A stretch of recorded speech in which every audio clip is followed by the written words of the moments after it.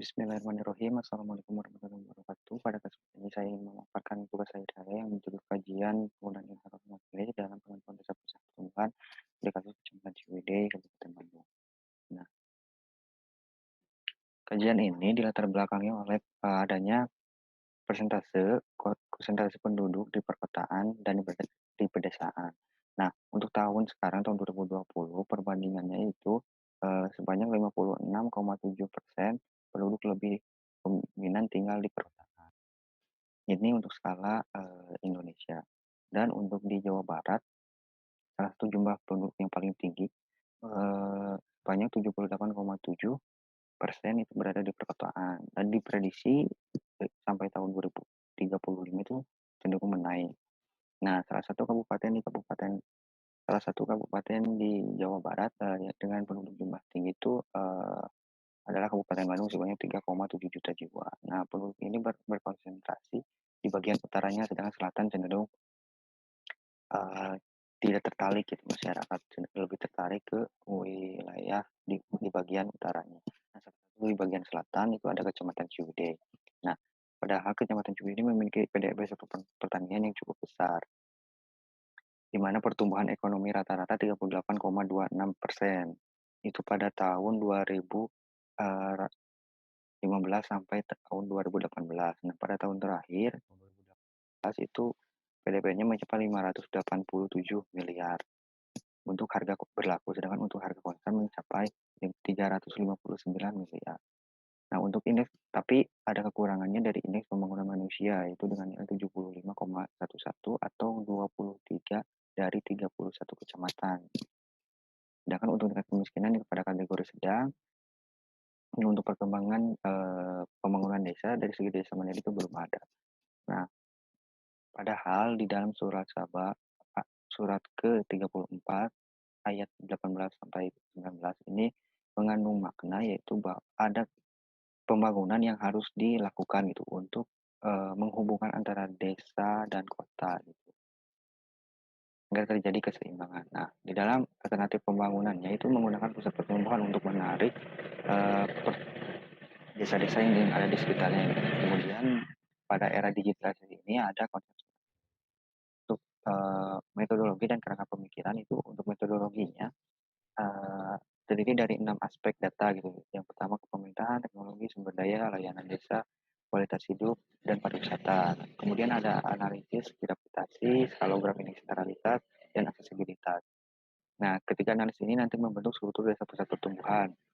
Kemudian selanjutnya ada 6 aspek data tadi diklasifikasi sangat rendah sampai sangat tinggi, kemudian dianalisis klaster metode hierarki, kemudian membentuk struktur desa dengan konsep smart village. Nah, struktur desa dengan konsep smart village dan struktur desa pusat pertumbuhan yang biasa digunakan itu dihubungkan dengan analisis korelasi teknik tata jumlah sperma untuk menghubungkan bagaimana dari kedua hasil analisis tersebut. Nah, hasil analisisnya ini ada analisis aksesibilitas lokasi dengan yang paling tinggi itu ada Ciwidey, Panyocokan, dan Lebak Puncak. Kemudian untuk analisis gravitasi yang paling tinggi itu ada di Ciwidey dan Panyocokan. Untuk skalogram dan indeks netralitas yang paling tinggi di Kecamatan Ciwidey, di Desa Ciwidey, dan selanjutnya di Desa Lebak Puncak.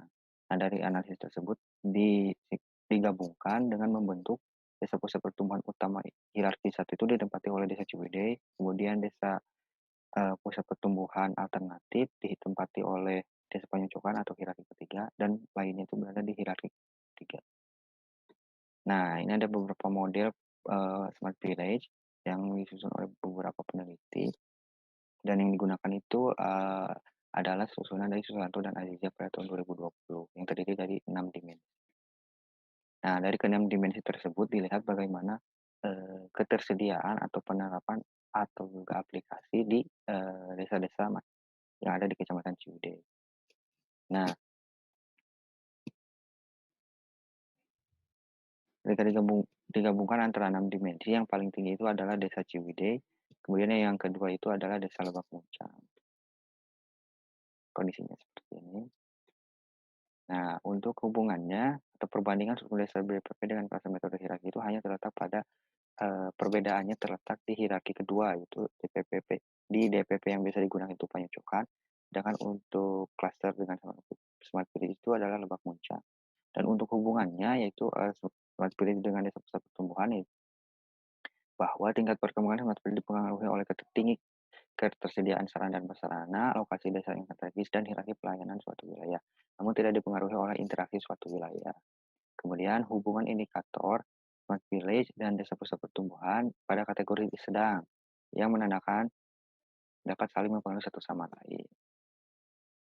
Untuk kesimpulannya tadi seperti hasil analisis tadi dan rekomendasinya mudah-mudahan penggunaan model village yang menyelaraskan potensial desa dengan perkembangan global saat ini khususnya teknologi yang dapat disesuaikan dengan kebutuhan desa sehingga kualitas kehidupan masyarakat desa meningkat. Nah, bagi stakeholder lainnya yang terkait diharapkan dapat menjadi strategi pengembangan wilayah pedesaan dalam pusat pertumbuhan yang mengikuti perkembangan global.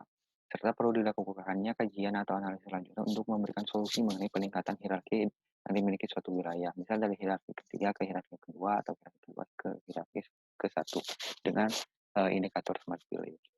Sekian presentasi dari saya. Wassalamualaikum warahmatullahi wabarakatuh.